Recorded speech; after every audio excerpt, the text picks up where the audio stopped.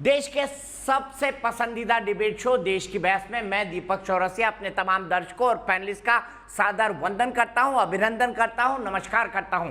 आप जानते हैं देश की बहस इकलौता बहस का शो है जो देश भर से दर्शकों को जोड़कर उनकी राय के आधार पर अपनी बहस की दशा और दिशा को आगे बढ़ाता है। हम आपको 3 सवाल देते हैं जिसके आधार पर ही हम तय करते हैं कि आज देश की बहस का टॉपिक क्या होगा।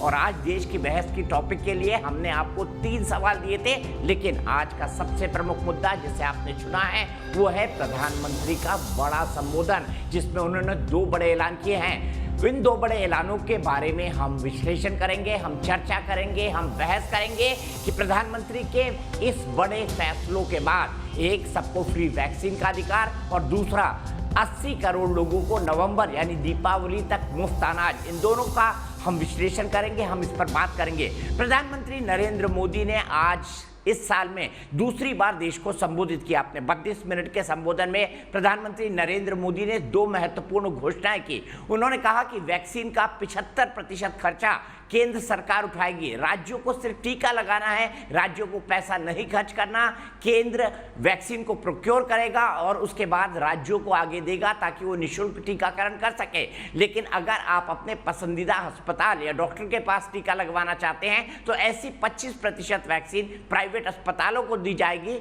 जहां पर यदि आप चाहें तो जाकर टीके का शुल्क जो 150 रुपए सर्विस चार्जेस से ज़्यादा नहीं होगा वो देकर टीके का शुल्क और सर्विस चार्जेस देकर आप अपने पसंदीदा अस्पताल में भी टीका लगा सकते हैं। यह स्वतंत्रता भी प्रधानमंत्री ने उन लोगों को दी है जो लोग इसके लिए सक्षम हैं। प्रधानमंत्री ने इसके साथ एक और बड़ी घोषणा की। उन्होंने कहा कि लॉकडाउन के चलते जिन लोगों की आजीविका पर असर पड़ा है उन लोगों को सरकार मुफ्त अनाज देगी। ऐसे लोगों की संख्या 80 करोड़ है। सवाल यह है कि यह प्रधानमंत्री का मास्टर स्ट्रोक है या डैमेज कंट्रोल, इसी पर बात करेंगे। लेकिन देख लेते हैं प्रधानमंत्री ने उससे पहले आज क्या क्या कहा और वैक्सीनेशन को लेकर हो रही थी किस तरह की राजनीति, किस तरह की अफवाहें और भ्रम पैदा किए जा रहे थे। सभी पर बात होगी, सभी पर तीखे सवाल होंगे, लेकिन सबसे पहले देख लेते हैं प्रधानमंत्री ने क्या क्या कहा और वैक्सीनेशन को लेकर क्या है राजनीति।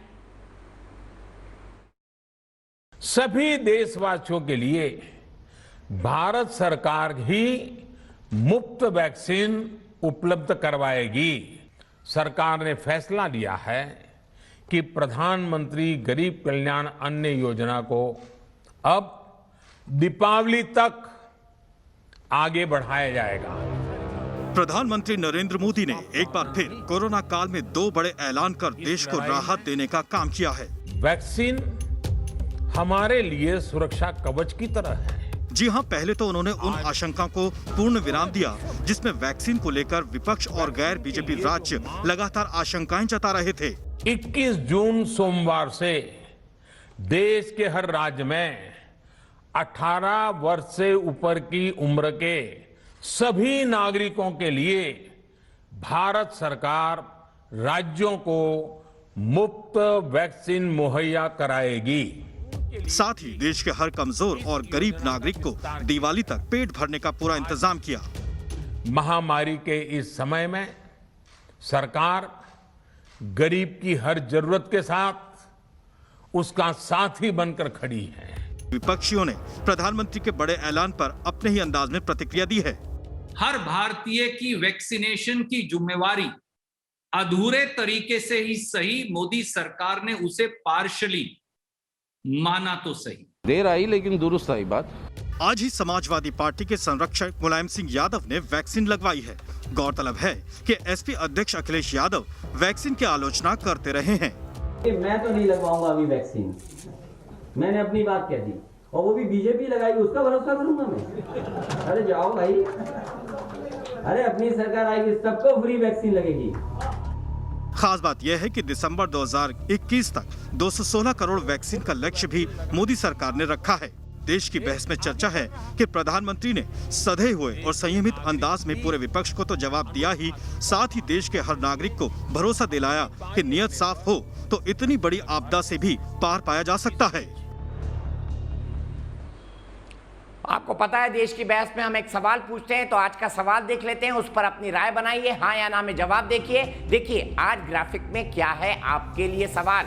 सवाल वैक्सीनेशन से ही जुड़ा हुआ है, प्रधानमंत्री की आज की 2 बड़ी घोषणाओं से ही जुड़ा हुआ है। हमारा आज का सवाल है वैक्सीन के राजनीतिकरण को लेकर, और वो सवाल है पीएम के ऐलान के बाद वैक्सीन पर क्या राजनीति बंद होनी चाहिए? आप हाँ या नहीं में जवाब दे सकते हैं। आपको जवाब के तरीके पता है, मैं आपको ऑप्शंस दिखाऊं, आपको अपना नंबर दिखाऊं जिस पर आप अपना व्हाट्सएप भेज सकते हैं। उसी के साथ साथ मैं गेस्ट पैनल को भी इंट्रोड्यूस करता हूं। मेरे साथ वरिष्ठ पत्रकार आशुतोष जुड़ गए हैं, मेरे साथ भारतीय जनता पार्टी के राष्ट्रीय प्रवक्ता और सांसद जफर इस्लाम साहब हैं, मेरे साथ संघ विचारक और डीयू के प्रोफेसर अवनीजेश अवस्थी हैं, मेरे साथ भारतीय राष्ट्रीय कांग्रेस के प्रवक्ता अभय दुबे जी हैं, और थोड़ी देर में मेरे साथ समाजवादी पार्टी के नेता अनुराग भदौरिया भी जुड़ेंगे। लेकिन सबसे पहला सवाल जफर इस्लाम साहब से। जफर इस्लाम साहब, क्या ये डैमेज कंट्रोल है बीजेपी का सेकेंड वेव के बाद? देखिए, इसमें कोई डैमेज कंट्रोल और कंट्रोल के दिशा से के तरह नहीं सोचना चाहिए। आप ये देखिए कि ये तो पहले से हम कर रहे थे कि पूरा प्रोक्योरमेंट जो है सेंट्रल गवर्नमेंट कर रही थी। डिसेंट्रलाइज करने की डिमांड कहाँ से आई थी? वो अपोजिशन स्टेट जो जिनको लग रहा था कि वो ज्यादा तेज हैं, प्रोक्योरमेंट जल्दी कर लेंगे। आपके मुख्यमंत्री जो दिल्ली में, उन्होंने कहा 3 महीने में वैक्सीनेट कर देंगे, हमें डिसेंट्रलाइज करना चाहिए, सेंटर ही क्यों प्रोक्योर करेंगे, हम तो तेज लोग हैं, हम तो जल्दी कर लेंगे प्रोक्योर, हम सोर्सिंग कर लेंगे। ऐसे बहुत सारे स्टेट कह रहे थे। तो भाई कोऑपरेटिव फेडरलिज्म का मतलब है कि जो बाकी लोगों के एस्पिरेशन है उनको ध्यान रखते हुए उनको पूरी आजादी दी गई कि ठीक है आप सोर्स कर लीजिए। लेकिन वो जब नाकाम हो गए तो जाहिर है सरकार तो बराबर कमिटेड थी, पहले भी कमिटेड थी, आज भी कमिटेड है। जब वो हमें थोड़ी ये कहना है कि आप करते रहो, हमें तो जनता की आजादी पूरी आजादी दी गई।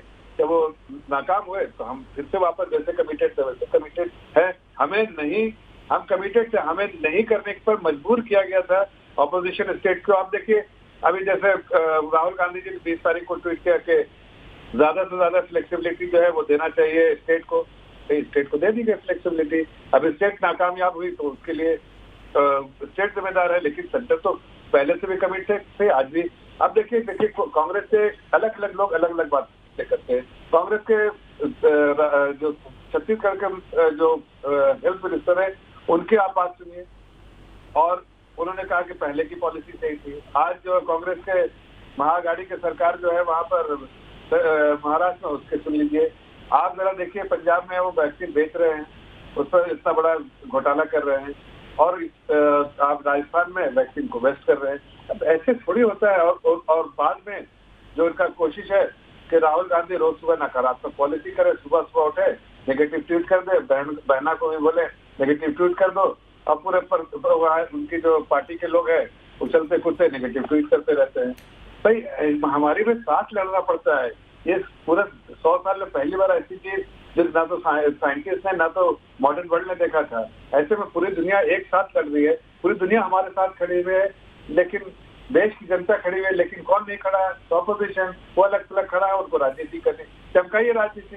देश की जनता देख रही है, आज गरीबों की चिंता करने वाली ये सरकार है। फिर से राशन देने का जो हमने फैसला किया है, चाहे सरकारी खजाने में कितनी भी कमी हो जाए, लेकिन गरीबों के लिए हमारी सरकार का और आदरणीय प्रधानमंत्री का जो रवैया है वो देखने लायक है कि बार बार खजाना पूरा खोल देते हैं, गरीबों को जो देना है दो। इसलिए कि हमारी चिंता एक आम नागरिक है, एक आम जनता है प्रदेश की, देश की, और इसलिए हम उनके लिए बिल्कुल कमिटेड हैं और हम उस दिशा में काम कर रहे हैं। अभय जी, आपकी पार्टी ने मांग की थी कि दी जाए सब फ्री वैक्सीन। आपकी पार्टी लगातार कह रही थी, कई सारे चीफ मिनिस्टर्स ने प्रधानमंत्री को पत्र लिखा था, जिसमें उड़ीसा के मुख्यमंत्री नवीन पटनायक भी एक थे। लेकिन अभी अभी राहुल जी ने ट्वीट किया है, एक सीधा सवाल, अगर सभी के लिए टीके मुफ्त हैं तो निजी अस्पतालों को इनका शुल्क क्यों चुकाना चाहिए? राहुल गांधी, अब मुझे ये बताइए कि सब कुछ आपके मन मुताबिक हो गया तो इसके लिए कम से कम आज तो पीएम को आप बधाई दे देते। देखिए, इसमें तो कोई दो राय नहीं कि जैसा जफर भाई भी अभी भय युक्त होकर कह रहे थे, राहुल गांधी जी रोज ट्वीट करते हैं। राहुल गांधी जी के इस दबाव के चलते ही प्रधानमंत्री जी ने आज का निर्णय लिया। मगर दीपक चौरसिया जी, आज जब प्रधानमंत्री जी कुंठा, आत्मग्लानि और निराशा प्रदर्शित कर रहे थे अपनी असफलता की जो बीते दिनों पूरी सत्ता चुनाव में झोंक रही थी, उस दिन क्या हुआ मैं बताना चाहता हूँ। 6 जून को 5 जून की तुलना में 19,98,035 वैक्सीन कम लगे हैं। जब प्रधानमंत्री जी ये जो महोत्सव मना रहे थे ना वैक्सीन का, उस दिन भी जिस दिन उन्होंने घोषणा की कि 11 से 14 अप्रैल तक हम ये दिवस मनाएंगे, उस दिन 9,80,000 वैक्सीन कम लगे थे और उसके एक दिन पहले 3,80,000 वैक्सीन। तो ये सिर्फ जो टेलीविजन पर आकर घोषणाएं कर देना उससे काम नहीं चलेगा। अभी ये कह रहे थे कि सारी स्टेट्स को फ्रीडम दी, तो स्टेट्स को फ्रीडम दी, लेकिन सब्जेक्ट एक्सपर्ट कमेटी ने कौन सी वैक्सीन को अप्रूवल दिया था जो राज्य ग्लोबल टेंडर से कर लेते? क्या फाइजर को कर लेते वो? क्या नोवैक्स को कर लेते? क्या मॉडर्ना को कर लेते? आपने अनुमति नहीं दी। आपने स्पुतनिक को भी 2 बार रिफ्यूज किया। मैं एक बड़ा प्रकाश डालता हूं, मुझे उम्मीद थी कि आज प्रधानमंत्री जी कहेंगे जो आपने अपने प्रोमो में बताया कि दिसंबर तक 108 करोड़ लोगों जो एलिजिबल पॉपुलेशन है उसकी 216 करोड़ वैक्सीन ये ले लेंगे। मैं बताता हूं, कोविशील्ड, कोवैक्सीन और स्पुतनिक को सिर्फ अप्रूवल दिया है इन्होंने बायोलॉजिकल ई सब वैक्सीन को अप्रूवल नहीं दिया। भारत बायोटेक की नेजल वैक्सीन जिसका आज जिक्र प्रधानमंत्री कर रहे थे उसको अभी डिबेट हो रही है, तब तक भी अप्रूवल नहीं दिया है। जिनोवा mRNA वैक्सीन उसको अप्रूवल नहीं दिया है। जाइडस कैडिला वैक्सीन उसको अप्रूवल नहीं दिया, जिसको ये क्लेम करते हैं कि हम दिसंबर तक वैक्सीनेट कर देंगे। प्रधानमंत्री जी झूठ बोलना बंद कीजिए। आपने जो यूनिवर्सल इम्यूनाइजेशन प्रोग्राम है उस पर भी बड़ा झूठ परोस दिया। उन्होंने कहा कि जो 60 साल में हम नहीं कर पाया था भारत, हमने 90% अचीव कर दिया। अरे नेशनल फैमिली हेल्थ सर्वे 2005 की रिपोर्ट तो देख लीजिए जो 19-20 में आई है। उसने कहा है कि आपका प्रोग्राम इतना पुअर था कि अंडर नरिश बच्चे बढ़ गए, और जो 73.8% हमारा कवरेज था वो हाँ बढ़ा है जरूर, 77% तक हो गया। तो 4% आपने बढ़ाया, लेकिन 60% विश्व का वैक्सीन हिंदुस्तान में बनता है और विश्व की सबसे बड़ी कंपनी है serum institute of India. 39 crore vaccine हर साल प्रधानमंत्री जी हिंदुस्तान मुफ्त में लगाता है। तो आज जो आपने निराशा प्रदर्शित की वो ठीक नहीं है। आपने कहा अभी आरबीआई की रिपोर्ट आई, प्रधानमंत्री जी आप देख लेते 20 लाख करोड़ रुपए के पैकेज का खुलासा कर दिया है। एसबीआई की रिसर्च टीम ने खुलासा किया है कि 59 साल की सबसे निचले स्तर पर क्रेडिट ग्रोथ है बैंक की, अर्थात जो 90% कंपोनेंट आपने बैंक की क्रेडिट का रखा था वो लोगों ने लोन लिया ही नहीं, क्योंकि लोगों की क्षमता ही नहीं थी। 9 करोड़ 80 लाख सिलेंडर 3 मुफ्त में बांटने की जो घोषणा की थी वो नहीं दी और योजना को आपने खत्म कर दिया। 2 करोड़ 47 लाख महिलाओं के अकाउंट में 500 रुपए प्रति महीना का जो कमिटमेंट 3 महीने तक किया था वो नहीं दिया प्रधानमंत्री जी। तो आप उद्बोधन बहुत अच्छा देते हैं, भाषण से प्रभावित हो जाते हैं, मगर वक्तव्य और व्यवहार में जमीन और आसमान का अंतर है प्रधानमंत्री जी। हम सब प्रसन्न तब होंगे जब आप आज ने जो आपने कहा है, चलिए भाषण से तो प्रभावित होते हैं भाई जी आप, चलिए किसी एक चीज से प्रभावित होते हैं प्रधानमंत्री के, भाषण से तो प्रभावित होते हैं आप। पूरा देश होता है और उसी के चक्कर में देश का ये हाल हुआ है। थोड़ा राहुल आप अगर भाषण के प्रभाव में नहीं आता तो ये परिस्थिति है। तो राहुल गांधी को भी ठीक है, मैं सीधे जफर भाई के पास चलता हूं। जफर भाई जी कह रहा हूं मैं कि राहुल ठीक है, जफर भाई से जवाब ले लेते हैं। जफर भाई वो कह रहे हैं कि हताशा और निराशा और कुंठा छुपाने की कोशिश की गई भाषण के अंदर। देखिए कांग्रेस पार्टी के पास एक कोई भी मुद्दा नहीं, मुद्दाहीन पार्टी, जो ये बात जो भी आता है मर्जी में बोलते रहते, लेकिन हकीकत तो है कि देश की जनता ने अगर ये उम्मीद जताई आदरणीय प्रधानमंत्री जी से कि हमें वैक्सीन फ्री मिल जाए तो अच्छा है। आदरणीय प्रधानमंत्री जी ने बराबर देश की जनता की आवाज सुनी है और उनके जो उम्मीदें हैं उन पे खरे उतरे हैं, उम्मीदों पर खरे उतरते हैं और बराबर उतरते रहेंगे। लेकिन राजनीति से परे रहना चाहिए ऐसे मौके में, महामारी के समय में। लेकिन अभी भी राहुल गांधी जी, देखिए राहुल गांधी क्यों नहीं पॉपुलर होते हैं, क्यों वो बार बार विफलता उनको साथ लगती है, क्यों इतने सारे इलेक्शन लड़ते हारे जाते हैं, क्यों? उसकी वजह सिर्फ एक है, वो जनता की भाई अब ये बता दो ना, चलो जनता 25% का राहुल गांधी ने कहा है कितने पैसे में पड़ेगी वो? देखिए जनता की जो चिंता होनी चाहिए वो नहीं करते, वो सिर्फ करते हैं पार्टी की चिंता। अरे 1200-1400 पार्टी तो प्राइवेट हॉस्पिटल, अरे भाई सुन तो 150 रुपए और मिला लो। एक मिनट सुन तो लीजिए, मैं कह रहा हूँ कि जनता की आवाज सुनिए। आप सुनते हैं पार्टी के और अपने परिवार की आवाज, उससे कैसे होगा भाई जनता के लिए? अरे आप लोग राजवाड़े के ऑक्सीजन पर झूठ बोला, कम से कम जनता की आवाज सुनिए, झूठ बोला। जनता की जितना आवाज सुनेंगे जनता आपको साथ देगी। इसलिए आज आदरणीय प्रधानमंत्री जी के साथ पूरी जनता, पूरी देश खड़ी है। प्रधानमंत्री जी अलग थलग आप खड़े हो, के साथ खड़े होंगे हम उनके साथ खड़े हो वो जाएं। देश वो देश का साथ वो देना साथ सीख ही खड़े लेते हैं, हैं। आप अलग थलग देश खड़े के हैं साथ भाई। खड़े नहीं समझ होते वो। लीजिए, अरे भाई आप अलग थलग अरे खड़े आपने हैं, ऑक्सीजन आपको एक्सपोर्ट ऐसा किया कि नहीं बताइए? आप कितना भी ऑक्सीजन कोशिश मैपिंग कीजिए, की क्या आपने? राजनीतिक देखिए, जब राजनीति सरप्लस थी चमकाने तो की महामारी के समय जिसने आपने राजनीति चमकाई, रेमडेसिविर एक्सपोर्ट तकलीफ के की समय नहीं जिसने की? राजनीति जब चमकाई, देश को ऐसी आवश्यकता महामारी थी जो तब सालों साल 100 साल उसका तक कभी प्रोडक्शन नहीं गिराया आई, कि नहीं जो बताइए? आज मॉडर्न वैक्सीन एक्सपोर्ट की कि वर्ल्ड नहीं में की? कभी ऐसी तो चीज देश देखी नहीं गई, पूछेगा उसके सवाल। बावजूद अगर आप ऐसी राजनीति चमकाने की कोशिश करेंगे तो क्या ठीक है, होगा? दोनों झगड़िए मत, दोनों झगड़िए मत। जनता का फैसला मैं तो- सर्वोपरि होता है प्रजातंत्र के अंदर। और जफर भाई और अभय जी, आप दोनों की अनुमति से मैं अपने पहले दर्शक उदित मोहन जी के पास जाना देखिए, चाहूंगा एक- गाजियाबाद में। एक- उदित जी एक- बताइए, एक- प्रधानमंत्री दीपक- के फैसले पर आप क्या कहेंगे? आपको कांग्रेस की बात ठीक लग रही है या बीजेपी की? जफर भाई आऊंगा उदित से, एक पहले जनता से उनकी राय जान लेते हैं, सबसे बेहतर होगा। मुझे भाजपा की बात ठीक लगती है और प्रधानमंत्री जी का आज का ये निर्णय बहुत अच्छा निर्णय है। उन्होंने वैक्सीनेशन को भी बहुत बड़े पैमाने पर आगे हवा दी है और जो गरीब जनता के हक में ये फैसला आया है कि उन्हें 80 करोड़ लोगों को पहले की तरीके से फिर से राशन उपलब्ध होगा, ये बहुत अच्छा काम प्रधानमंत्री जी ने आज अपने भाषण में किया। परंतु हमें आवश्यकता थी कि आज प्रधानमंत्री जी अर्थव्यवस्था के ऊपर व्यापारियों के लिए कुछ बोले। ऐसा कुछ प्रधानमंत्री जी की तरफ से आज व्यापारियों को नहीं मिला। एक बड़े राहत पैकेज की हम लोगों को आवश्यकता थी, वो हमें मिलना चाहिए था। हम आम जनता हैं, व्यापारी हैं। लॉकडाउन में सबसे ज्यादा जो आहत होता है, जो परेशान होता है, वो व्यापारी होता है। उसकी दुकानें बंद होती हैं, उसके बिजली के बिल, किराए, उसके ठीक बात बोली उदित जी आपने, ठीक बात बोली उदित जी आपने। और यहीं से मैं आगे बढ़ूंगा, सीधे आशुतोष के पास चलूंगा। आशुतोष बताइए, आपको नहीं लगता कि विपक्ष जो अभी तक वैक्सीन को लेकर एक अच्छी राजनीतिक कैंपेन चला रहा था, प्रभाव हो रहा था, इंपैक्ट पड़ रहा था दूसरी लहर के बाद कि शायद ये ठीक बोल रहे हैं, आज प्रधानमंत्री ने क्या विपक्षी उस कैंपेन की अब 3 घोषणाओं से हवा निकाल दी? आपको क्या लगता है? दीपक, मुझे लगता है कि सबसे पहले ये बात बिल्कुल सही कि प्रधानमंत्री ने कम से कम देर है लेकिन दुरुस्त है, एक सही फैसला उन्होंने किया। लेकिन लोकतंत्र के अंदर इस बात का भी तकाजा होना चाहिए कि ये फैसला कितनी देर से हुआ, और अगर 1.5 महीने पहले या 2 महीने पहले, 3 महीने पहले अगर कर देते तो शायद हजारों लोगों की जिंदगी बच सकती थी। इसका हिसाब कौन करेगा कि जो हजारों लोगों की जिंदगियां गई हैं, जो लोग जिन परिवारों से लोग गए, उनका हिसाब कौन करेगा? मैं डोनाल्ड ट्रंप को कोई बहुत बड़ा राष्ट्रपति नहीं मानता, लेकिन डोनाल्ड ट्रंप ने अमेरिका के लिए एक काम किया। उन्होंने दिसंबर के महीने में जो वैक्सीन का ऑर्डर प्लेस किया था, 60 करोड़ वैक्सीन का ऑर्डर प्लेस किया, दुनिया के जिस भी कोने से मिल सका उन्होंने किया।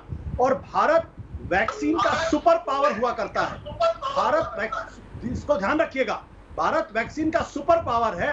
और हमारी हालत यह है कि हम आज जून 7 तारीख को देश के प्रधानमंत्री पॉलिसी लेवल पर तय करते हैं कि अब सेंटर जो है वो वैक्सीन खरीदेगी और राज्यों को देगी। कब यह ऑर्डर प्लेस होगा, कब इसका प्रोक्योरमेंट आएगा, कब लोगों तक जाएगा, इस दौरान कितने लोगों की जान जाएगी, इसका कोई हिसाब कभी इतिहास में नहीं हो पाएगा।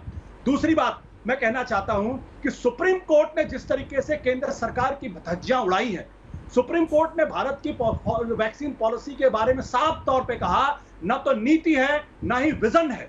ये सुप्रीम कोर्ट का कहना है। सुप्रीम कोर्ट ने कहा आपकी प्राइसिंग पॉलिसी क्या है, आपकी रजिस्ट्रेशन पॉलिसी क्या है, आपकी एक्सपोर्ट इंपोर्ट क्या है, आपका प्रोक्योरमेंट क्या है, पूरी धज्जियां उड़ा दी। सुप्रीम कोर्ट ने चार्जशीट लगा दी कि भारत सरकार के पास दरअसल वैक्सीन पॉलिसी नाम की कोई चीज थी ही नहीं। फिर तब उन्होंने कहा कि स्मेल द कॉफी, कि भैया ये रोज रोज जो बदलाव करते हैं उसको बंद करो। न जाने कितने हाईकोर्ट ने केंद्र सरकार पर लताड़ लगाई है। उसके बाद आज देश के प्रधानमंत्री आते हैं और कहते हैं कि हमने तो राज्य सरकारों नाकाम हो गए। अभी जफर साहब कह रहे थे राज्य सरकार नाकाम हो गए, कहां नाकाम हो गए भाई साहब, जरा इसका हिसाब देना चाहिए। वैक्सीन खरीदने की जिम्मेदारी आपने राज्य सरकारों के ऊपर डाली। राज्य सरकार कहां से वैक्सीन खरीदे, जब सारी इंटरनेशनल कंपनीज कह रही है कि भाई हम आपसे सौदा नहीं करेंगे, तो केंद्र सरकार सौदा करेंगे। इसके लिए कौन जिम्मेदार है?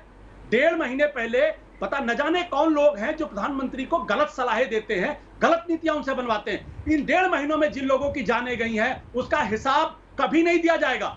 और आज खड़े होकर सब बड़ी बड़ी वाहवाही लूटने में लगे हुए हैं। उन परिवारों से पूछिए जिनके लोग मरे हैं, उन घर उन रिश्तेदारों से पूछिए, लेकिन उसका हिसाब नहीं होगा। तो मैं बार बार कहना चाहता हूं, आज भी भाषण में राजनीति ज्यादा थी। आप राज्य सरकारों ठीक है। को हर चीज के लिए जिम्मेदार आपने ठहरा दिया, जबकि राज्य सरकारों की कम से कम वैक्सीन प्रोक्योरमेंट में कोई गलती नहीं है। जो आज काम सरकार ने किया है, अगर यही काम दिसंबर के महीने में 216 डोजेस का ऑर्डर अगर उन्होंने सीरम इंस्टीट्यूट को दे दिया होता और दुनिया के मॉडर्ना और फाइजर को अप्रूवल दे दी होती, आज ये नौबत नहीं आती। ठीक है, मैं इसी का जवाब जफर इस्लाम साहब से लेता हूं। जफर इस्लाम साहब, आशुतोष तो कह रहे हैं कि ये देरी से लिया गया फैसला है, सुप्रीम कोर्ट के दबाव और डर के कारण लिया गया फैसला है। बिल्कुल नहीं। देखिए, आशुतोष जी भी जानते हैं अच्छे से, थोड़ा जाहिर है, और दुबे जी भी पढ़ कर आते हैं, इसलिए मैं इनसे बताना चाहता हूं कि दुनिया के जब वैक्सीन बनने की जो थोड़ी उम्मीद जागी, उसमें वेस्टर्न वर्ल्ड ने सबसे पहले जो है बुक कर लिया है। तो दुनिया के ऐसी कितने 100 कंट्री है जिसको आज वैक्सीन मिलने की कोई आसार नहीं है, कुछ पता भी नहीं कब वैक्सीन मिलेगा। लेकिन हिंदुस्तान इतनी बड़ी 20% आबादी में आपको वैक्सीनेशन करना, इतनी तेजी से वैक्सीनेशन करना, कि आपको बताता हूँ कि दिसंबर के मिडिल ऑफ दिसंबर में शुरू किया था जब यूएस ने, और आज देखिए वो 33 करोड़ पे और हम 24 करोड़ के आसपास है। तो इससे समझ में आता है कि हमने सोर्स भी किया, प्रोडक्शन भी बढ़ाया, प्रोडक्शन के जो फैसिलिटी सेटअप की, और साथ साथ जो है अब इम्पोर्ट भी कर रहे हैं इस तेजी से।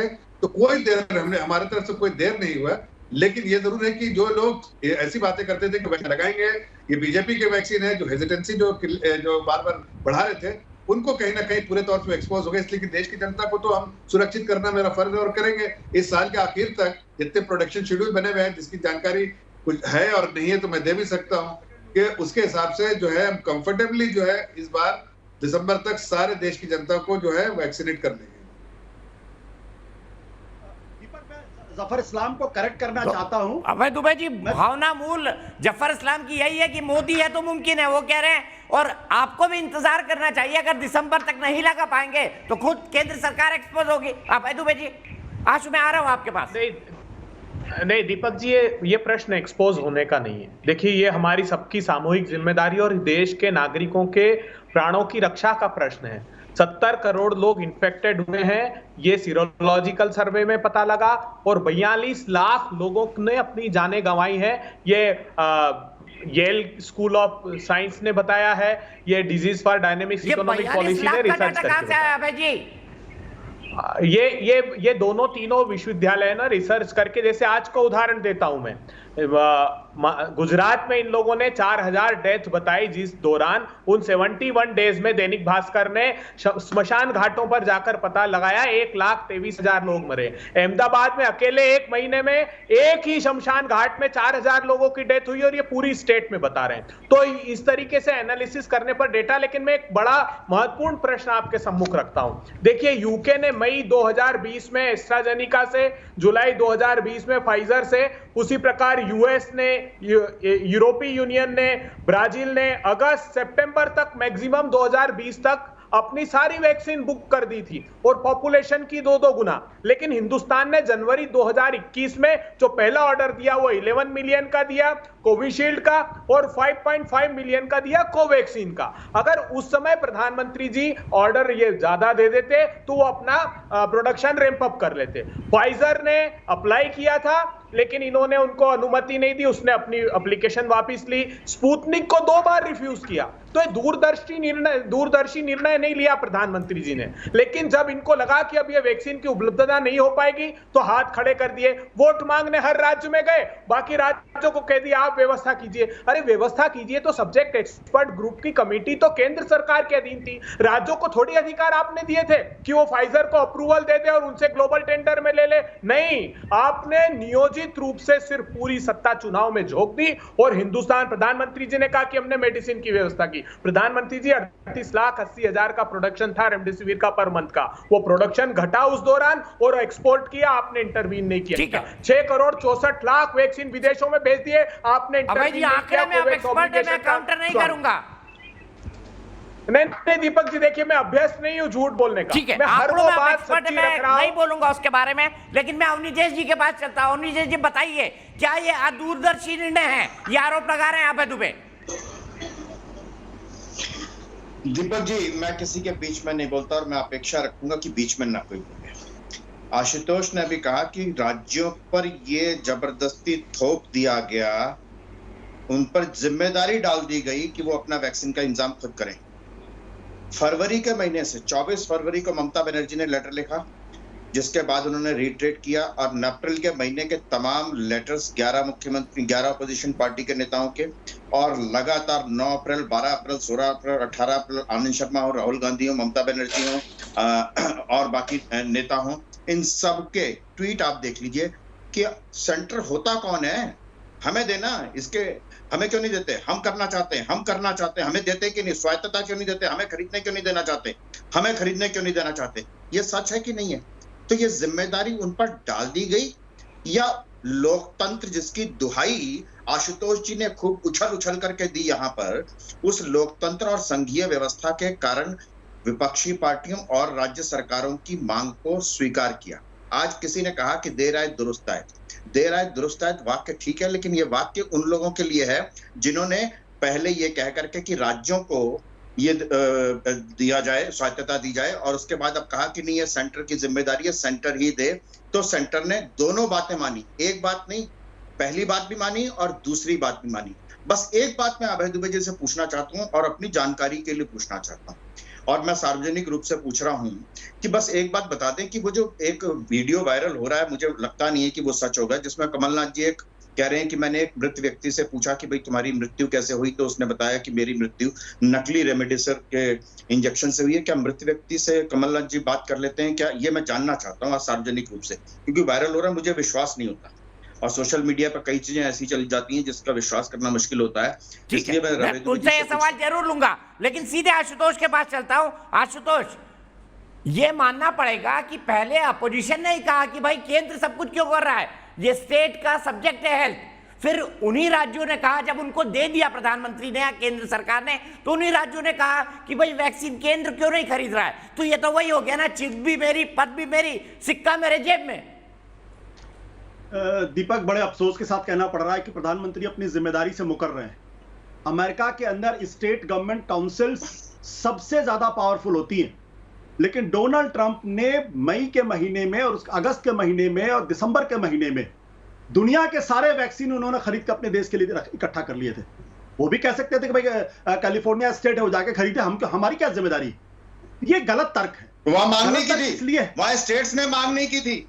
भाई साहब, आप शांत रहेंगे? मैंने आपके दौरान तो बोला नहीं, मांग नहीं की थी ना। भाई साहब, आप शांत रहेंगे? झूठ तो मत बोलिए ना, आप शांत रहेंगे? आपको अमेरिका का जो ऑब्सेशन है ना, बोलिए जरा, ये बदतमीजी बंद करें, ये जरा निकलिए, इनको जरा बोलिए, ये बदतमीजी बंद करें। नहीं, बदतमीजी बंद करें। ये मैं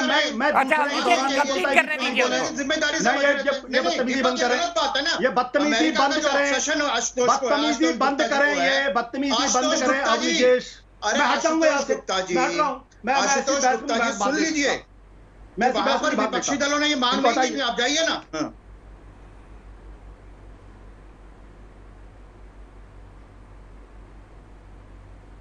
इनको जरा समझाइए कि किस आरएसएस की शाखा में ये सीख क्या है कि बीच में बोलते हैं।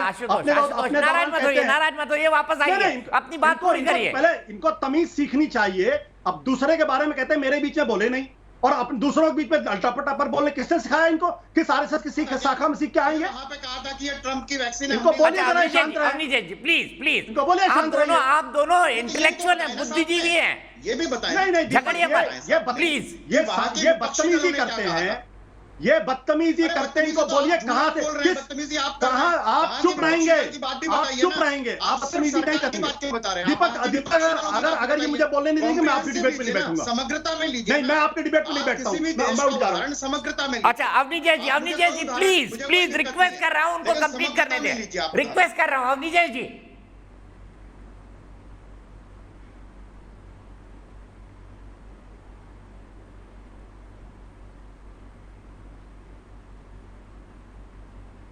अच्छा, आशुतोष चले गए, आज नाराजगी है, अवनीजेश जी से नाराज है, कोई बात नहीं, फिर वापस आते हैं बहस पे। मैं अभय दुबे जी के पास चलता हूं। अभय दुबे जी, कमलनाथ के जिस वायरल वीडियो की बात कर रहे हैं अवनीजेश जी, क्या हो सकता है, ऐसा संभव है? देखिए, 1 लाख नकली रेमडेसिविर के इंजेक्शन का खुलासा हुआ मध्य प्रदेश ने, मैं और कई लोगों ने अपनी जान गंवाई। कमलनाथ जी ने साफ कहा कि उनसे बात हुई मेरी, मतलब उनके घर वालों से, उनके परिजनों ने बताया, वहां गए थे कमलनाथ जी मिलने, उनके परिजनों ने बताया कि वो नकली इंजेक्शन से उनकी डेथ हुई। अब भारतीय जनता पार्टी अभ्यस्त है कि मूल बात पर ये नहीं आना चाहते। मैं पूछना चाहता हूं, प्रधानमंत्री जी ने आज ऑक्सीजन का प्रश्न भी खड़ा किया। प्रधानमंत्री जी 24 मार्च 2020 को देश के कैबिनेट सेक्रेटरी ने मीटिंग ली थी सारे राज्यों के होम सेक्रेटरी से। उसके बाद आपने 22 अप्रैल को एक नोटिफिकेशन भी इशू किया था कि कैसे इंडस्ट्रियल ऑक्सीजन को हमको मेडिकल ऑक्सीजन में कन्वर्ट करना है। देश पूछ रहा है कि उसके बाद 15 अप्रैल 2021 को दूसरी मीटिंग क्यों हुई? आपने उस बीच ऑक्सीजन मैपिंग क्यों नहीं की? सरप्लस ऑक्सीजन थी तो तिल तिल करके लोग मरते क्यों रहे? आपने कहा कि बहुत अधिक ऑक्सीजन की आवश्यकता उस समय पड़ी तो 9000 मेट्रिक टन ऑक्सीजन आपने एक्सपोर्ट क्यों कर दी? प्रधानमंत्री जी, ये सवाल देश आपसे पूछ रहा है, उसका जवाब देना चाहिए। आज आपने उन कोई सवालों का उत्तर नहीं दिया। आज आप टीवी के सामने भी इसलिए आए कि राज्यों ने अपने स्तर पर प्रयास करके इस संक्रमण को कम किया है और वो एकमात्र तरीका सिर्फ लॉकडाउन है, जिसके लिए पहले दिन से राहुल गांधी जी कह रहे हैं कि प्रधानमंत्री जी आप वायरस को कंटेन नहीं कर रहे हैं, आप सिर्फ इकोनॉमी को कंटेन कर रहे हैं।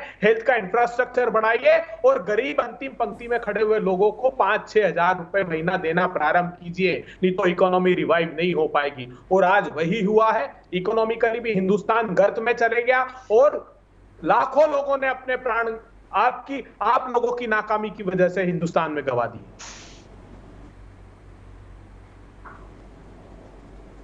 ठीक है, अनिला सिंह जी भारतीय जनता पार्टी की राष्ट्रीय प्रवक्ता मेरे साथ जुड़ गई हैं और अनुराग भाई भी जुड़ गए। अनुराग भदौरिया जी राष्ट्रीय प्रवक्ता समाजवादी पार्टी से। अनिला सिंह जी ये कह रहे हैं कि दूसरी लहर में हुई मौतों के लिए केंद्र जिम्मेदार है क्योंकि उसने पर्याप्त कदम नहीं उठाए और अब उसको छिपाने के लिए ये जो नई वैक्सीनेशन पॉलिसी लेकर आई है, बड़ी देर, क्या देर से आई है ये पॉलिसी? देखिए, ऐसा है कि जिस प्रकार से अपोजिशन के जो लीडर्स हैं, नेता हैं या प्रवक्ता हैं, पूरी फुल ऑन पूरा लंग्स को भरकर हवा ऑक्सीजन और चिल्लाते हैं, केवल और केवल ये सिद्ध करता है एक अनार 100 बीमार, यानी कि क्रेडिट लेने की इनकी होड़ लग गई है आपस में। वैक्सीन एक सब्जेक्ट है जिसको लेकर क्रेडिट समाजवादी पार्टी भी लेना चाहती है कि भाई हमारे नेता ने ये कहा, जबकि दुनिया जानती है कि इनके नेता ने क्या कहा। कांग्रेस नहीं, हमारे नेता ने ये देखिए ट्वीट किया था, क्योंकि ये सारे के सारे ट्विटर वाले नेता हैं, इससे ऊपर कुछ नहीं है। ये कहा था, इसलिए कहा था, ये कहा था, तब कहा था, और देखिए अब ये हो रहा है, ये ले ले। मतलब आप देख लीजिए, चाहे वो कांग्रेस है, टीएमसी है, एनसीपी है, कोई भी विरोधी दल उठाकर देख लीजिए, सब के सब क्रेडिट लेना चाहते हैं। भाई साहब ले लो क्रेडिट, ले लो। देश के प्रधानमंत्री जो है वो देश के लिए कार्य करते हैं, भारत के लिए, भारतीयों के लिए, और आप जो है केवल और केवल अपने और अपने राजनीतिक दल के लिए किस प्रकार से ब्राउनी पॉइंट्स इकट्ठे किए जाए उसके लिए काम करते हैं। ये फर्क है सोच में, जो कि आज देश के प्रधानमंत्री जी ने भी मेंशन किया था जब वो देश को संबोधित कर रहे थे कि नीति और नियत, इन लोगों की नियत में गड़बड़ी है। दूसरी बात ये है कि भाई यही लोग ना बार बार कहते थे, अगर आप लोगों से, मैं सारे विरोधी दल के मुख्यमंत्रियों के विषय में नहीं कह रही हूँ, पर हाँ कुछ ऐसे थे जिन्होंने कहा कि आपके बस की नहीं है तो वैक्सीनेशन जो है आप डिसेंट्रलाइज करिए, हम खुद इंतजाम कर सकते हैं। लो भाई साहब कर लो। हाँ, लॉकडाउन आपने पिछली बार लॉकडाउन ऐसा लगा दिया था, ये हो गया था, वो हो गया था, अब आपने हमें ये कोऑपरेटिव फेडरलिज्म क्या है, फलाना है, ढिमकाना है, और हमें आजादी होनी चाहिए, लॉकडाउन लगाना है, नहीं लगाना है, कब लगाना है। ठीक है भाई साहब, आप कर लो। नतीजा क्या हुआ? नतीजा ये हुआ, कोरोना का बॉम्ब फूटा महाराष्ट्र में और पूरे देश में कोरोना की सेकेंड वेव जबरदस्त तरीके से आ गई, जिसके लिए मेरे ख्याल से महाराष्ट्र, जिसको बताया जा रहा था कि ट्रेंड हम देख रहे हैं, जो एक्सपर्ट कमेटियां 75 से ज्यादा, जिनका काम ही यही है कि लगातार ट्रेंड को मॉनिटर करती हैं कि कहां पर किस प्रकार से कोरोना बढ़ रहा है, घट रहा है, बताया, केरला को बताया, महाराष्ट्र को बताया, छत्तीसगढ़ को बताया कि आप यहाँ कोरोना की केसेस बढ़ रहे हैं, संभल जाइए, हेल्थ इंफ्रास्ट्रक्चर ठीक किया कि नहीं किया? नहीं, नींद में सोए हुए थे। उनको फुर्सत हो नरेंद्र मोदी जी को गाली देने से, तो उस तब कुछ काम करे ना। पर देखिए ऐसा है, फर्स्ट वेव जब कोविड की आई थी, आपने देखा था कि भारत में हर चीज को कितने अच्छे से कंट्रोल किया गया था, क्योंकि पूरा कंट्रोल किसके पास था? केंद्र के पास था। चाहे वो दवाइयां हो, चाहे ये लॉकडाउन का हो, कुछ भी हो, सबका पूरा कंट्रोल केंद्र के पास था। सब चीजें अच्छे से निपट के पूरे देश में प्रशंसा हुई। हमारा comparison USA, UK, France, Germany, ऐसे देशों के साथ किया जाने लगा। अब भी करते हैं, अपोजिशन वाले अभी भी करते हैं, वो डेवलप्ड इकोनॉमीज हैं। और हम डेवलपिंग है, पर करते हैं लोग, करिए, कोई बात नहीं। नरेंद्र मोदी जी को क्रेडिट मिलना चाहिए इस चीज का। तो पहली जब वेव आई, इन लोगों का इंटरफेरेंस नहीं था, हर चीज बेहद अच्छी तरीके से कंट्रोल। सेकेंड वेव में इन लोगों ने सब चीजें अपने हाथ में लेने की कोशिश करी, पूरा देश जल गया। पर दीपक जी, नैया पार कोई लगाएगा तो नरेंद्र मोदी जी लगाएंगे। आज उन्होंने पूरे वैक्सीन का ब्लूप्रिंट दिखा दिया, ये भी बताया कि 80 करोड़ लोगों को किस प्रकार से अन्न जो है फ्री राशन दिवाली तक, नवंबर तक पूरा मुहैया कराया जाएगा। कोई भी कदम आप उठा, और 9 कैंडिडेट्स हैं जो वैक्सीन मैन्युफैक्चर करेंगे। दिसंबर में ऑन रिकॉर्ड बोला गया 216 वैक्सीन जो हैं हमारे देश में होंगी। अब जुलाई से आप देखिएगा इतना प्रोडक्शन ऑफ वैक्सीन होगा, पर वैक्सीनेशन हेसिटेंसी का क्या? अनिला जी जवाब नहीं लेता हूं। आपने बड़ा संगीन आरोप लगाया भाई, पहली लहर इसलिए मैनेज हो गई। अनिला जी रुक जाइए, बहुत लंबा बोल रही हैं। मैं सीधे अभय दुबे जी के पास चलूंगा। पहली लहर इसलिए मैनेज हो गई क्योंकि केंद्र के पास कंट्रोल था। फिर आपने मांगा, राहुल जी ने कहा सब कुछ केंद्र क्यों कर रहा है, तो राज्यों को दे दिया गया। और दूसरी लहर में राज्य फेल हो गए। क्या कहेंगे अभय जी? बड़ा आरोप है आपका। कंट्रोल किस चीज का दिया? ऑक्सीजन मैपिंग का दे दिया क्या इन्होंने कंट्रोल राज्यों को? मैं पूछना चाहता हूं। अरे मध्य प्रदेश ने आरोप लगाया कि उत्तर प्रदेश प्रांत ने 12-12 घंटे हमारे ऑक्सीजन के कंटेनर्स रोक के रखे। कंट्रोल किस चीज का दे दिया? रेमडेसिविर के प्रोडक्शन का कंट्रोल दे दिया। कंट्रोल किस चीज का दे दिया? कि ऑक्सीजन एक्सपोर्ट केंद्र सरकार ने की, क्या राज्य सरकार के इख्तियार में था? कंट्रोल किस चीज का दे दिया? क्या वैक्सीन को एक्सपोर्ट करने का कंट्रोल दे दिया? अरे जिस कोवैक्स ऑब्लिगेशन की बात कर रहे हैं, अमेरिका ने डिफेंस प्रोडक्शन एक्ट लगाया और 1955 और साफ कर दिया कि जब तक हमारी आबादी को हम एडमिनिस्ट्रेट नहीं करेंगे हम एक्सपोर्ट नहीं करेंगे। चाइना ने किया क्या? चाइना ने किए 9 करोड़ वैक्सीन, लेकिन कब? जब 34 करोड़ उनके लोगों को उन्होंने वैक्सीनेट कर लिया तब। यूरोपीय यूनियन ने किए 11 करोड़, लेकिन कब? जब 46% पॉपुलेशन को उन्होंने वैक्सीनेट कर लिया तब। हमने छोटी प्रसिद्धि अर्जित करने के लिए अपने देश की जनता को मौत की आगोश में डाल दिया प्रधानमंत्री जी ने। आप कह रहे हैं कि पहली में हमने कंट्रोल कर लिया। पहली में सिर्फ ताली थाली बजवाई आपने, कैमरे की लाइट जलवाई है, कोई मेडिकल हेल्थ इंफ्रास्ट्रक्चर खड़ा नहीं किया। सिर्फ जो आपने लोगों को घर में बंद कर दिया उससे कंट्रोल हुआ। दूसरी लहर में पूरी सरकार पश्चिम बंगाल का चुनाव लड़ने चली गई। इससे शर्मनाक बात हो सकती कि कुंभ का मेला आपने विसर्जित कराया अवधेशानंद गिरी जी महाराज से कहकर प्रधानमंत्री ने, और उसी दिन आसनसोल की रैली में चले गए और रैली में भाषण क्या देते हैं? लाखों लोग देखकर मेरा सीना गर्व से चौड़ा हो गया। जब मैं प्रधानमंत्री पद का चुनाव लड़ा था तब भी 1/4 लोग यहां पर आए थे, और जो रैली में दृश्य देखे वो इतने भयावह और डरावने थे। कोई सोशल डिस्टेंसिंग नहीं, कोई मास्क नहीं। ये शोभा देता है देश के प्रधानमंत्री जी को? महाराष्ट्र की सरकार फोन करती, बोले प्रधानमंत्री जी अभी रैली में व्यस्त हैं, जब आएंगे तब बात होकर आएगी। राज्यों ने अपने बूते पर जैसे तैसे संसाधनों को इकट्ठा किया। आरटीपीसीआर टेस्ट 15 लाख प्रतिदिन की क्षमता थी हमारी, एंटीजन टेस्ट 16 लाख प्रतिदिन की क्षमता थी हमारी। कितने टेस्ट हो रहे हैं? आज जब प्रधानमंत्री जी भाषण दे रहे हैं तो 19 लाख टेस्ट कम हुए, परसों की तुलना में कम। क्या बात करती है अनिला जी आप? केंद्र सरकार ने गंभीरता नहीं दिखाई इस महामारी की विभीषिका से, और अपने पाप धोने के लिए सिर्फ प्रतिपक्ष पर आरोप लगाते रहे। आप निरंतर आरोप लगाते रहे। ये अक्षम्य अपराध देश के साथ किया है। इतिहास जब भी लिखा जाएगा, ठीक है, मैं सीधे अवधेश जी के साथ चलता हूं। अवधेश जी क्या आप इस विश्लेषण से सहमत है अनिला जी के कि पहली वेव इसलिए कंट्रोल हो गई क्योंकि प्रधानमंत्री के हाथ में कंट्रोल था, और दूसरी इसलिए नहीं हो पाई क्योंकि राज्यों के हाथ में कंट्रोल था? देखिए दीपक जी, अगर जो केंद्र की में सत्ता जिसकी है और जो विपक्ष है, अगर उनके दावों प्रतिदावों में जाएंगे तो हम सच्चाई तक नहीं पहुंचेंगे। लेकिन ये बात सच है कि अगर पहले दौर में जिसमें अमेरिका में दुनिया में इतने भीषण संहार हुए, अगर प्रधानमंत्री अपने हाथ में नेतृत्व लेकर के लॉकडाउन लगाता है, आलोचना सुनता है, और हमारे देश में अत्यंत ही कम क्षति हुई इतनी भारी संख्या के बावजूद, तो इसका श्रेय किसको जाएगा? ये बहुत सामान्य सी बात है। अब विपक्ष इसकी जितनी आलोचना करे, उस समय तो कहा गया कि लॉकडाउन लगा के देश को डुबा दिया, लॉकडाउन लगा करके देश की इकोनॉमी ढह गई, सारी बातें हुई। हमारे मित्र आशुतोष जी बैठे हैं, अब मतलब इतने जिम्मेवारी से बात करते रहे। मैंने इनके भी डिबेट सुनी, कितनी आलोचना इन्होंने प्रधानमंत्री की थी, और हम लोगों को भी लगा कि भैया ये तो लगता है कुछ ज्यादा ही हो गया था। लेकिन अगर आज के समय में निष्कर्ष निकाले तो जैसे डोनाल्ड ट्रंप की अमेरिका में बहुत आलोचना हुई, लेकिन आज अमेरिकी मीडिया में कह रही है कि उस आदमी ने वैक्सीनेशन कराया। मॉडर्ना जैसी कंपनी को जो वैक्सीन के क्षेत्र में नहीं था, वैक्सीन बनाने की अनुमति दी, उसकी प्रशंसा हो रही है।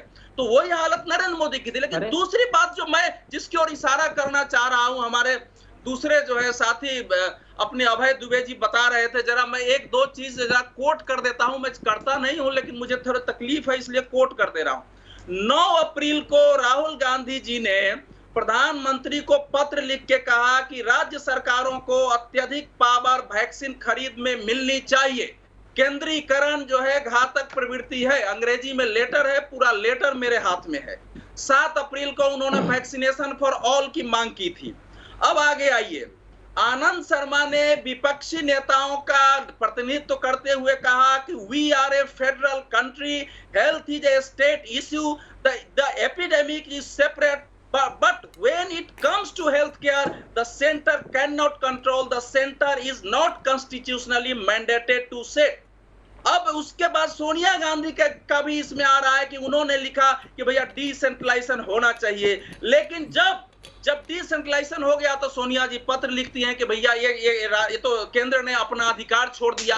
तो दीपक जी जवाब देने का समय दीजिए। एक सेकंड सुनिए। जिस देश में वैक्सीनेशन और कोविड जैसे महामारी को लेकर के इस देश के राजनेता इस प्रकार से पाखंड और गैर जिम्मेवार व्यवहार करेंगे, उस देश में क्या हो सकता है? आप देखते तो रहिए, देश कर दीजिएगा। दीपक जी मुझे अवसर दीजिए, बताइए ना फैक्चुअली गलत है। जिम्मेवार भूमिका विपक्ष को निभाना चाहिए कि नहीं निभाना चाहिए? अरविंद केजरीवाल ने मार्च में, अरविंद केजरीवाल अप्रैल में कह रहे हैं कि राज्यों को अधिकार दिया गया, मई में आकर राहुल गांधी जी ने चिट्ठी लिखी, सोनिया गांधी जी ने चिट्ठी लिखी। दीपक जी एक 10 सेकंड की चिट्ठी मेरे हाथ में है। हाँ लिखी। बोलिए अभय जी बोलिए, बिल्कुल बोलिए। अवधेश जी सुन लीजिए अभय दुबे जी की बात। बिल्कुल सुन रहा हूं। अब दीपक चौरसिया जी देखिए, दोनों चीजों का जवाब देता हूं। 2 बड़े अच्छे विद्वान पत्रकार हैं, अध्ययन करके आते हैं और बहुत अच्छा तर्क दिया। पूरे विश्व के वैज्ञानिक कह रहे थे कि जून जुलाई में अमेरिका में फर्स्ट वेव आई है, उसके 3 महीने बाद हिंदुस्तान में आएगी, और वही हुआ। सितंबर में हमारे यहाँ फर्स्ट वेव आई। फिर सारे साइंटिस्ट ने कहा कि अमेरिका का दिसंबर जनवरी में दूसरी वेव आई है और भयावह है। वो इसलिए कि वायरस में लगातार म्यूटेशन हो रहा था, उसके स्पाइक प्रोटीन्स के प्रोटोमर्स खुल गए हैं जो बहुत घातक हैं, और वही हुआ। उसके ठीक 3 महीने बाद हिंदुस्तान में प्रचंड वेव आई। अब जो ये बात कह रहे हैं अवधेश जी, मैं सहमत हूं। राहुल गांधी जी ने चिट्ठी लिखी तो इसका अर्थ क्या था? क्या राज्यों को सब्जेक्ट एक्सपर्ट ग्रुप की कमेटी ने अधिकार सौंप दिए? क्या फाइजर को अनुमति केंद्र सरकार ने दे दी? क्या मॉडर्ना को अनुमति केंद्र सरकार ने दे दी? क्या उस समय स्पुतनिक को अनुमति केंद्र सरकार ने दे दी? क्या उस वक्त नोवेक्स को अनुमति केंद्र सरकार ने दे दी? क्या जाइडस कैडिला की वैक्सीन को दे दी? किससे खरीदते राज्य, ये तो बता दीजिए। ग्लोबल टेंडर में किससे खरीदते? जब तक केंद्र की सरकार अनुमति नहीं देती, भारत का संविधान कहता है कि कोई राज्य किसी प्रकार की वैक्सीन नहीं खरीद सकते। तो राज्यों के पैर बांध दिए प्रधानमंत्री जी ने और कहा कि जाओ रेस में दौड़ लगाओ। तो क्या यह संभव होता है? यह षड्यंत्र हिंदुस्तान के राज्यों के साथ किया इस केंद्र सरकार ने। इस पर से पर्दा उठना चाहिए। आपका सवाल वाजिब था, मगर उसका सही उत्तर यह है कि राज्य सरकार तय नहीं करते कि कौन सी वैक्सीन को अप्रूवल दिया जाएगा। ये केंद्र सरकार की कमेटी तय करती जिसने अनुमति दी। अवधेश जी बताइए क्या ये षड्यंत्र था केंद्र का राज्यों के और अपोजिशन के राज्यों के लिए? बताइए अवधेश जी। दीपक जी, आप अच्छी तरह जानते हैं कि किसी राज्य को टीकाकरण खरीदने में कानूनी संवैधानिक रूप से कोई निषेध, किसी प्रकार का निषेध भारत के कानून और संविधान में नहीं है। क्या बात राजस्थान सरकार एक नतीजे पर पहुंच गई थी। पंजाब सरकार को 2 बार रिफ्यूज किया ने कहा फाइजर ने अपनी एप्लीकेशन विड्रॉ की। इसका अर्थ है आपको अज्ञानी नहीं है अवधेश जी, माफ कीजिएगा। सामने झूठ बोल रहे हैं। हम सब लोग भाव विवल आपके बीच में मैंने नहीं बोला है। देखिए, राज्यों ने अपनी कोशिश की, राज्यों को समझ में आया। पंजाब सरकार को स्पष्ट रूप से फाइजर ने कहा कि हम राज्य से नहीं साहब अप्रूवल नहीं दिया। सीधे जब तक देश अप्रूवल नहीं देगा कोई दूसरा देश वहां पर अरे सुनिए ना, मैं जो दूसरी बात कर रहा हूँ दीपक जी, अरे आपको पूरा वक्त दिया, टीकाकरण आरंभ हुआ था। दीपक जी, मैं ये पूछ रहा हूं कि आज जो राज्य सरकार अपनी डिमांड बता रही है, मुझे ये बताया जाए कि पूरे जनवरी, फरवरी और 15 मार्च तक भारत के किस राज्य ने केंद्र को कहा कि मुझे इतने वैक्सीन की जरूरत पड़ेगी या है, मुझे दिया जाए? कब राहुल गांधी ने कहा कि इतने हमारे राज्यों को चाहिए? सारे राज्य दुष्प्रचार में लगे हुए थे। बिल्कुल शशि थरूर से लेके आपने खुद देखा कि कैसे उसका दुष्प्रचार हो रहा था। और मैं अपने गांव से डिबेट कर रहा हूं, मेरा गांव बिहार के मुजफ्फरपुर जिले में है। मैं देख रहा हूं लोगों के अंदर वैक्सीनेशन को लेके कोई जोश नहीं है, एक भय व्याप्त है लोगों के अंदर। और मैं तीसरी बात कहूंगा एक और, कि कांग्रेस एक काम करे। देखिए, मैं सांप्रदायिक व्यक्ति नहीं हूं, हमारे यहाँ मुसलमान लोग आते हैं, मैं पूछता हूं कि आप वैक्सीन से क्या जरूरत है, हम क्यों वैक्सीन लें? वैक्सीन लेके लोग मर रहा है। हमारे पंचायत में भी, बगल में भी मुसलमान लोग वैक्सीन लेने के लिए तैयार नहीं है। इस समय देश के पक्ष और विपक्ष की जिम्मेवारी है कि हिंदू हो मुसलमान हो, एक विश्वास पैदा करे कि वो वैक्सीन ले। कांग्रेस और विपक्षी नेताओं के दुष्प्रचार जी, आपने अच्छा मुद्दा उठाया, हो गया हुआ है। अभय जी, मैं आऊंगा आपके पास। अनुराग जी को मैंने बिल्कुल वक्त नहीं दिया है, उनके साथ अन्याय होगा। अनुराग जी, अवधेश जी ने जो मुद्दा उठाया उसी को आगे बढ़ाते हुए, मुलायम सिंह जी ने आज बीजेपी की वैक्सीन कैसे लगवा ली? दिखाइए मुलायम सिंह जी की तस्वीर को। अखिलेश यादव ने कहा ये बीजेपी की वैक्सीन है, नहीं लगवाऊंगा, उनके पिताजी ने लगवा ली। बीजेपी की वैक्सीन कैसे लगा ली नेताजी ने? आप मुझे बोलने दीजिएगा, हाथ जोड़ के निवेदन है, जो आप ये बीजेपी के नेता तमाम बुला लेते हो, ये लिखते पत्रकार होते नेता है, तो इनसे जरा बचाइए फर्जी लोगों से। अब मैं बोल लूं तो मुझे बीच में टोक के आना। देखिए कैसे आप दिक्कत ये है बोल रहे हैं, बोल ली। अब किसी पर नहीं, बिल्कुल आप ना करिए, बिल्कुल बोलिए। फर्जी आप कह रहे हो। अरे यार, तुमसे 1.5 गुना तो हमारी उम्र है। अरे उम्र क्या हुआ, उम्र है तो गुना तो मेरी उम्र है। पत्रकारिता में मेरी अपनी एक शाख है, आपसे सर्टिफिकेट नहीं ना चाहिए। पत्रकार हो आप फर्जी बातें करते हो। बीजेपी के नेता बोले बताएंगे पत्रकार, तो लिखा करो ना मैं बीजेपी का सपोर्टर हूं। बदतमीजी कर, देखो आप बदतमीजी करो नहीं, आप लिखा करो बीजेपी के सपोर्टर, ये मत बोला करो। मैं जो बोल रहा हूं उसमें एक भी पंक्ति, अच्छा मुद्दे पे बात करते हैं ना, बताइए नेताजी ने बीजेपी की वैक्सीन क्यों लगा ली? थोड़ी बात करता है। नहीं, ये दूसरा दीपक जी आपत्तिजनक है। अरे गंभीर, आप गंभीर हो जाइए तो कम से कम कुछ काम हो जाएगा। फर्जी बैठे। अच्छा अवधेश जी, मैंने अनुराग जी को बोला, अनुराग जी व्यक्तिगत टिप्पणी नहीं प्लीज। हर आदमी अपनी राय रखने का अधिकारी हो, राइट की हो चाहे लेफ्ट की हो। अनुराग जी जवाब दीजिए मेरे सवाल का, नेताजी ने बीजेपी की वैक्सीन क्यों लगवा दी? मैं जवाब दे रहा हूँ, इनको चुप कराइए। बीजेपी के नेता जी प्रणाम। अवधेश जी, आप बीजेपी के नेता प्रणाम। आप चुप हो जाइए, मुझे बोलने दीजिए।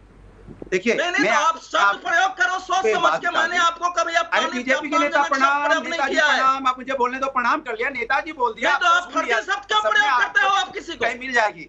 अरे बीजेपी ने सुन लिया, आपको टिकट मिलेगी, कहीं एडजस्ट कर लेंगे, आपको भी कहीं कुछ देख लेंगे। आप बोलने दीजिए मुझे। अरे आप अपने टिकट के चिंता करो, निजी हमले क्यों करते हो? अरे बस मिल जाएगा, कहीं टिकट नहीं मिलेगा तो कहीं आपको जानी होगी ना। अनुराग भदौरिया, अच्छा हो गया नेताजी प्रणाम। मैं खुल के जाऊंगा राजनीति में। नेताजी शांत नेताजी हो गया। नेताजी अब मुझे बोलने दीजिए। देखिए, मजेदार बात यह है कि बीजेपी की सरकार में आत्मनिर्भर एक शब्द दिया था, उन्होंने आत्मनिर्भर कर दिया।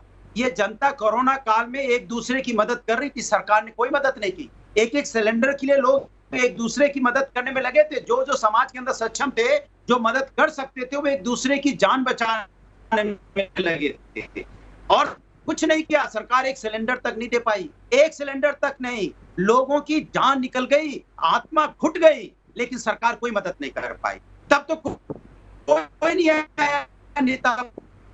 क्या वैक्सीनेशन फ्री में लगवाइए। आज मोदी जी ने इस बात को माना, सुप्रीम कोर्ट ने और विपक्ष ने बोला था पूरे हिंदुस्तान को वैक्सीन फ्री में लगनी चाहिए, आपने माना। चलिए, विपक्ष की बात मानी, इसलिए धन्यवाद। लेकिन 2 शब्द रोजगारी के लिए बोलते थे, महंगाई के लिए बोलते थे, जो लोगों की जान जा रही है लगातार यहाँ पे, जो आपने अभी बीजेपी प्रवक्ता करे। ठीक है, मान ली ना आपने मेरे सवाल का जवाब नहीं दिया। अब निजय जी से ये सवाल लेता हूँ।